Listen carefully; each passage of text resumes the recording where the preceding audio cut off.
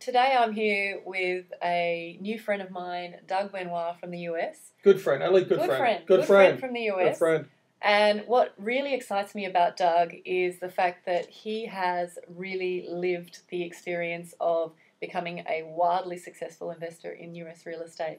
So I'm convinced him to come You're to far Australia. too kind with the wildly successful, but thank you. He's very Thank you. successful. And what I was actually hoping you might do just for us today in terms of capturing this is really maybe share the story that you shared with me last night about how you got started and what it was that kind of led you into owning hundreds and hundreds of houses. Oh, that was a good story. That's a great story. It's pure economics. Like anything else, things happen by accident. Sometimes you just kind of fall into them, and that's kind of what happened to me.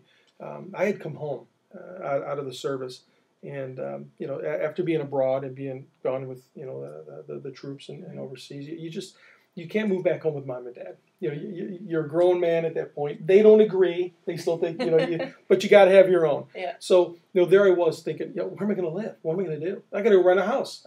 It just made sense. So I'm driving up and down the streets that I thought were somewhat inexpensive rentals, and I found a gentleman. He was cutting his grass. He had a for sale sign, and I wanted to rent it, and he wanted to, of course, sell it. And I knew nothing about buying property, and so I entered into conversation with him.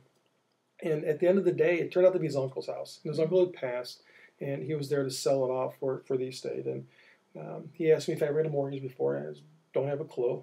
Do I have any money? I think I had $5,000. So no, the answer was no. And he says, well, give me your Social Security number. Now you heard about like fraud and people getting your identity. Yeah. I just gave it to him. I didn't know any better. Remember, I was a kid. I was barely 22 years old. So I gave it to him, and he called me up later that night.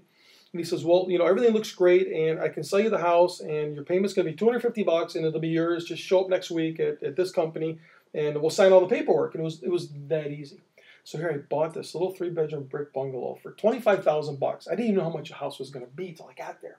And all I knew was a $250 payment, and I guess I could do that. And I kind of added up in my head how many months I could live on my $5,000 and not have to, go out and get a job.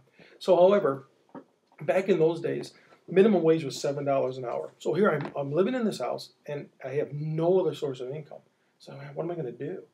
So luckily for me, my cousin was in the manufacturing type role at a manufacturing place close by to there, and I went there. He wore a suit and a tie and a jacket, and he says, yeah, I can get you a job. So I said, great. Well, there I was. I'm the guy in the back of the shop taking the virgin material, dumping it in these from the Gaylords into the hoppers, and they're coming down the machine, and there's somebody with pulling the parts.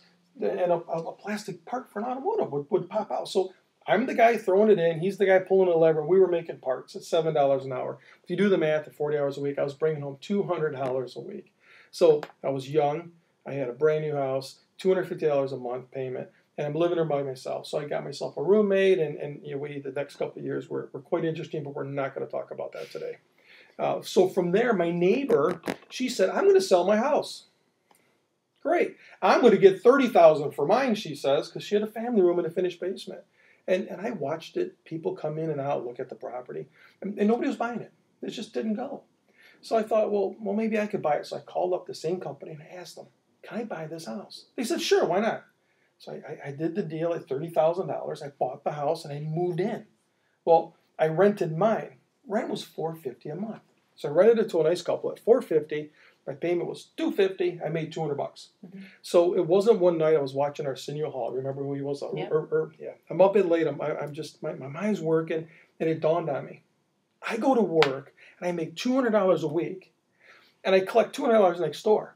So if I bought 3 more houses, essentially, if we surfed in Michigan, I could go surfing. I wouldn't have to work. And it was great. It was a great concept. I bought 60 that summer. Wow. I just went crazy. Yeah. And that's how it all started. And then it just grew and just grew and just grew.